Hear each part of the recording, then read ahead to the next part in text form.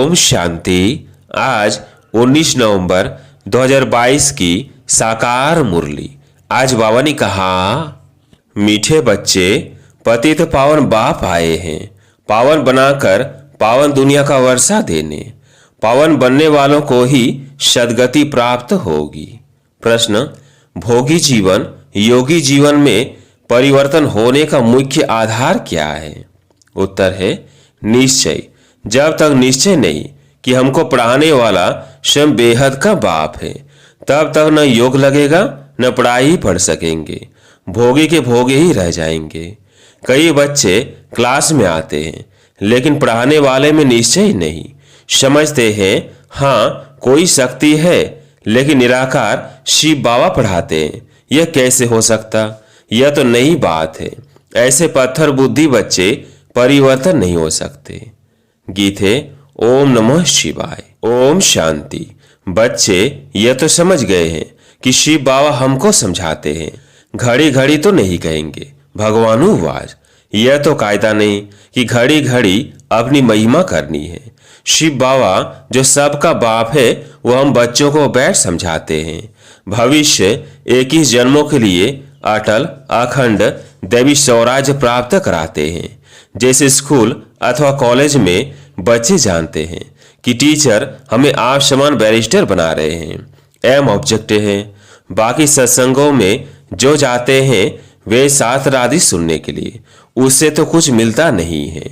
इसलिए टीचर फिर भी अच्छे होते हैं जो शरीर निर्वाह अर्थ कोई जिस्मानी विद्या सिखलाते हैं, जिससे आजीविका होती है। बाकी सब दुर्गति ही करते हैं। बच्चे शादी न करना चाहे तो बाप कहेगा कि वर्षा भी नहीं मिलेगा, जहां चाहे वहां चले जाओ। यहाँ तो बाप अमृत भी पिलाते हैं और वर्षा भी देते हैं। कहते हैं कि पवित्र बनो तो पवित्र दुनिया के मालिक बनेंगे। कितना फर्क है हद के बाप में और बेहद के बाप में। वो रात में ले जाते हैं या दिन में ले जाते हैं। यह है ही पतित पावन। कहते भी हैं कि सद्गति दाता एक है जो आकर सबकी सद्गति करते हैं। फिर दुर्गति किसने की यह नहीं जानते। बाप समझाते हैं सब आसुरी मत वाले हैं। ये आते हैं असुरों से देवता बनने। ये इंद्रप्रस्थ है। कई असुर भी छिप कर आए बैठते हैं। सब सेंटर्स पर ऐसे छिपे असुर बिकारी बहुत आते हैं। फिर घर में जाकर विष पीते हैं। दो काम तो चल न सके, वो पत्थर बुद्धि बन पड़ते हैं। बाप को पहचानते ही नहीं। निश्चय बिल्कुल ही नहीं कि हमको बेहद का बाप पढ़ाते हैं। ऐसे ही आकर बैठ जाते हैं तो न योग लगेगा न पढ़ाई पढ़ सकते। भोगी के भोगे ही होंगे। बहुत समझते हैं कि कोई शक्ति है, बस निराकार शिव बाबा कैसे आ सकता? कोई शास्त्र में भी लिखा हुआ नहीं है। यह है ही नई बातें। गाते भी है शिव जयंती, परंतु पत्थर बुद्धि होने के कारण समझते नहीं है। शिव है तब तो सब भक्त याद करते हैं। कहते भी है शिवाय नमः। समझते हैं वो परम धाम में रहते हैं।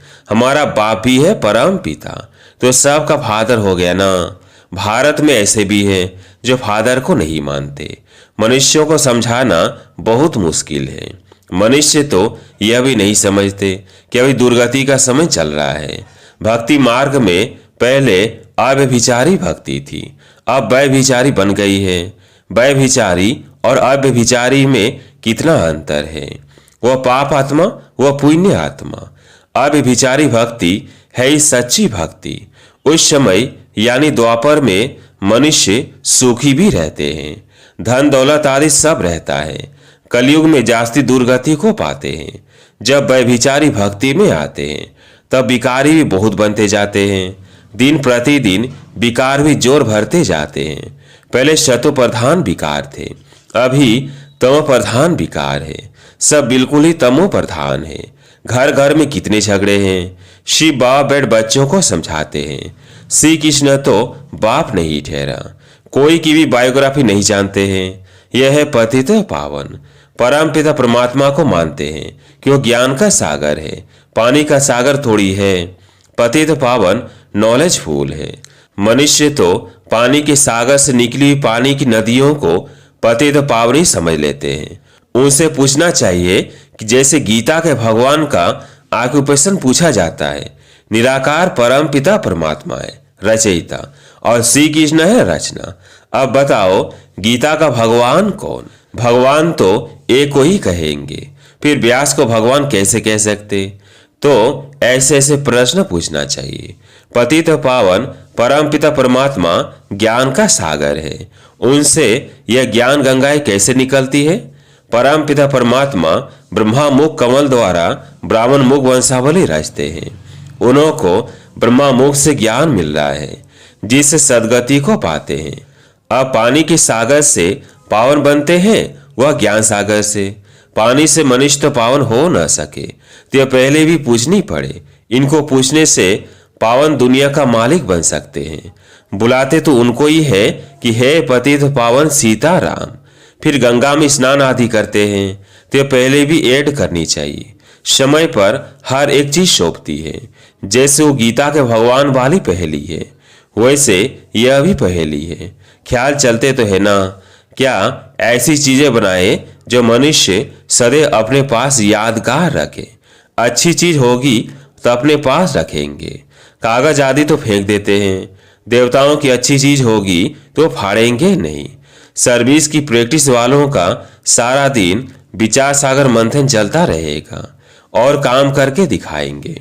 सिर्फ कहना नहीं है कि ऐसा करना चाहिए। ये किसको कहते हो? बाबा करेगा वह बच्चे करेंगे। बोलो कौन? बाप तो डायरेक्शन देते हैं। ऐसे अच्छे चित्र कैलेंडर छपाओ। त्रिमूर्ति शिव के कैलेंडर्स निकलने चाहिए। त्रिमूर्ति शिव जयंती कहना राइट है, सिर्फ शिव जयंती कहना रॉन्ग है। एक बच्चे की दिल है, त्रिमूर्ति शिव जयंती का कैलेंडर बनावे, शोभी रंगीन। त्रिमूर्ति से समझानी अच्छी मिलती है। बाबा लॉकेट भी इसलिए बनवाते हैं कि उनसे अच्छा समझा सकते हैं।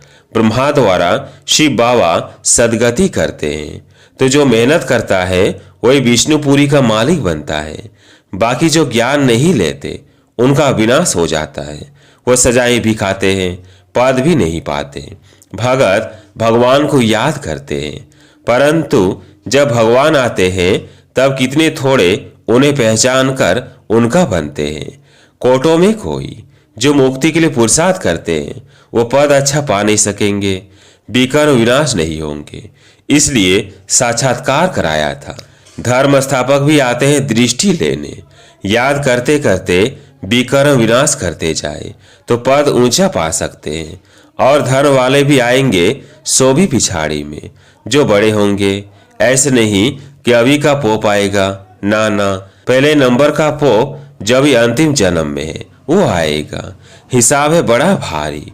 अब यह कुंभ का मेला है, ये सब भक्ति मार्ग की सामग्री है। जब दुर्गति को पाने का पूरा ग्रहण लग जाता है तब बाप आकर 16 कलश संपूर्ण बनाते हैं। ग्रहण को 14 चक्र से निकाला जाता है। यह जो अपना गोला है उसमें नीचे लिखना चाहिए, यह 14 चक्र। यह बहुत अच्छी चीज है। यह ईश्वरीय कोट ऑफ आर्म्स है। यह तो ईश्वरीय बातें हैं। स्लाइड्स जो बना रहे हैं उनके लिए भी बाबा समझाने देते रहते हैं। अगर समझो वो मुरली न सुने तो डायरेक्शन अमल में ला ना सके। मुरली तो रोज पढ़नी चाहिए। सर्विस में जो है उनको एक्ट में आना चाहिए। त्रिमूर्ति का भी स्लाइड से बनाते हैं, उनमें अक्षर बहुत अच्छे हैं। स्थापना और विनाश दो गोले भी चाहिए, यह नरक यह स्वर्ग। ये आज का भारत और कल का भारत। बाप सेकंड में जीवन मुक्ति देने वाला बैठा है। बाबा को पहचाना, निश्चय हुआ, बस जीवन मुक्ति पाने का पुरुषार्थ चल पड़ता है। जन्म तो लिया ना, बाप से पूरा वर्षा लेना है, फिर विकार की मांग नहीं कर सकते। बाप कहते हैं भ्रष्टाचारी को वर्षा मिल न सके। प्रैक्टिकल में इनका ब्रह्मा का ही मिसाल देखा ना, ऐसे बहुत मुश्किल निकलते हैं। अपनी इज्जत आदि भी बहुत देखते हैं ना। क्रिएटर बाप है, सबको उनकी आज्ञा पर चलना है। तुम भी श्रीमत पर नहीं चलते हो तो पद भ्रष्ट हो जाता है। बाप कहते हैं इस ज्ञान मार्ग में नष्टो मोह अच्छा चाहिए। बाबा की आज्ञा मिली हुई है। जो बच्चे आज्ञाकारी नहीं वो कपूर ठहरे। वो बच्चा बच्चा नहीं। पवित्रता की आज्ञा तो अच्छी है ना। राजयोग तो बाप अभी सिखलाते हैं। मनुष्य तो बेचारे समझते नहीं, बच्चों में भी नंबरवार पूछा तनुषा समझते हैं। बाप इतना डायरेक्शन देते हैं, कोई बच्चे मुश्किल करके दिखाते हैं। बाप कहते हैं त्रिमूर्ति का कैलेंडर बनाना है, सारा मदार है त्रिमूर्ति शिव के चित्र पर। लिखा हुआ है ब्रह्मा द्वारा स्थापना, जरूर शिव बाबा सौर की स्थापना करेंगे ना। कलयुग आसुरी राज का विनाश होगा। आसुरी राज्य में कितने ढेर है, दैवी राज्य में कितने थोड़े हैं। लिखा हुआ भी है कि अनेक धर्मों का विनाश, एक सत धर्म की स्थापना। बाप कहते हैं मैं कितना सिंगारता हूं, फिर भी सुधरते नहीं हैं, उल्टा सुल्टा बोलते रहते हैं। यह बाबा कहते हैं देश सहित जो कुछ है सब कुछ भूल मामेकम याद करो। अपनी देह में भी ना फंसो, किसकी देह में फंसने से गिर पड़ते हैं। जैसे मम्मा की देह से प्यार था तो मम्मा के जाने के बाद कितने मर गए, क्योंकि नाम रूप में फंसे हुए थे। बाप कितना कहते हैं कि देह अभिमानी मत बनो, मामेकम याद करो। तुम इस ब्रह्मा के शरीर को भी याद नहीं करो। शरीर को याद करने से पूरा ज्ञान उठा नहीं सकते। देही अभिमानी बनने में बहुत मेहनत है। बाप की याद में रहना यह बहुत डिफिकल्टी है। ज्ञान तो बहुत अच्छा अच्छा सुनाते हैं, योग में मुश्किल रहते हैं। जितना रुस्तम उतना माया के तूफान आएंगे। किसी न किसी के नाम रूप में फंस धोखा खा लेते हैं। इसमें बड़ी खबरदारी चाहिए। योग में ही बड़ी मेहनत है। नॉलेज तो सहज है, योग में ही घड़ी घड़ी भूल जाते हैं। इसलिए बाप कहते हैं विक्रमाजित कैसे बनेंगे। योग में रहो तो पाप भी नहीं होंगे, नहीं तो 100 गुना हो जाता है। यहाँ तो खुद धर्मराज और बाप दोनों साथ हैं। इसलिए खुद कहते हैं कि बाप के आगे कोई पाप नहीं करना, नहीं तो 100 गुना दंड पड़ जाएगा। योग से ही विक्रमाजित बनना है। सुदर्शन चक्र को तो जानना सहज है। इस गोले के नीचे लिखना है चक्र, न कि चरखा। बाबा युक्तियां तो बहुत अच्छा बतलाते हैं। बच्चों को एक्ट में आना है। अच्छा, मीठे मीठे सिकिलते बच्चों प्रति माता पिता बाप दादा का याद प्यार और गुड मॉर्निंग। रूहानी बाप की रूहानी बच्चों को नमस्ते। हम रूहानी बच्चों की रूहानी बाप दादा को याद प्यार गुड मॉर्निंग नमस्ते नमस्ते। धारणा के लिए मुख्य सार। पहला पॉइंट है किसी भी देहधारी के नाम रूप में अटकना नहीं है, अपनी देह में भी नहीं फंसना है। इसमें बहुत खबरदारी रखनी है। दूसरा पॉइंट है ज्ञान मार्ग में नष्टो मोह जरूर बनना है, पवित्रता की आज्ञा माननी है और दूसरों को भी पवित्र बनाने की युक्ति रचनी है। आज प्यारे मीठे बाबा का वरदान, सर्व विकारों के अंश का भी त्याग कर संपूर्ण पवित्र बनने वाले नंबर 1 विजयी भव। संपूर्ण पवित्र वह है जिसमें अपवित्रता का अंश मात्र भी न हो। पवित्रता ही ब्राह्मण जीवन की पर्सनैलिटी है। यह पर्सनैलिटी ही सेवा में सफलता दिलाती है। लेकिन यदि एक भी विकार का अंश है तो दूसरे साथी भी उसके साथ जरूर होंगे। जैसे पवित्रता के साथ सुख शांति है, ऐसे अपवित्रता के साथ पांचों विकारों का गहरा संबंध है। इसलिए एक भी विकार का अंश न रहे, तब नंबर 1 विजयी बनेंगे। स्लोगन, हिम्मत का एक कदम रखो तो 1000 गुना मदद मिल जाएगी।